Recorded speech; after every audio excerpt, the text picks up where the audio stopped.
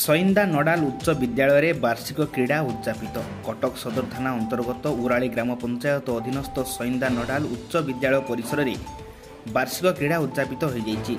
विद्यालयर प्रधान शिक्षयित्री स्मिताराणी साहू प्रत्यक्ष तत्वावधान अनुष्ठित होता यह क्रीड़ा उद्यापन सभा 4 नंबर जोन जिला परिषद सदस्या आशालता बेहेरा, मुख्य अतिथि विशिष्ट शिक्षाविद डॉक्टर शरद कुमार रथ मुख्य वक्ता, सम्मानित अतिथि भाव समिति सभ्य सुखदेव मल्लिक, परिचालना कमिटी सभापति शुभश्री नायक, संपादक प्रदीप कुमार साहू प्रमुख जोगदे क्रीड़ा में प्रथम, द्वितीय और तृतीय होता छात्र छात्री मानू पुरस्कार बंटन करते। यह क्रीड़ा को क्रीड़ा शिक्षयित्री सस्मिता मंजरी साहू और विद्यालय पूर्वतन क्रीड़ा शिक्षक माधव राय सिंह परिचालना करथिबा बेले वरिष्ठ शिक्षक अजय कुमार साहू, अमृता जेठी, सीमा महांती, महेशता मिश्र, जयश्री महांती, प्रभासिनी सूतर, सुकांत राउत, रश्मिप्रभा दास, स्वाति महांती, देवेंद्र नायक, लक्ष्मीनारायण बेहेरा प्रमुख सहयोग करथिले।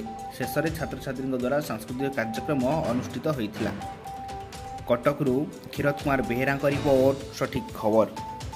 खेल जो प्राइज दिया पाइबे नहीं, मन दुख परिवार नहीं, खेल हार जीत लगी रही।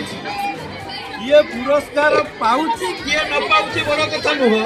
जो माने भाग नहीं समस्त मैंने आम श्रद्धा रही, प्रति आशीर्वाद रही, तो उत्साहित कर भाग नि। जो मैंने भाग न नहीं से उत्साहित कर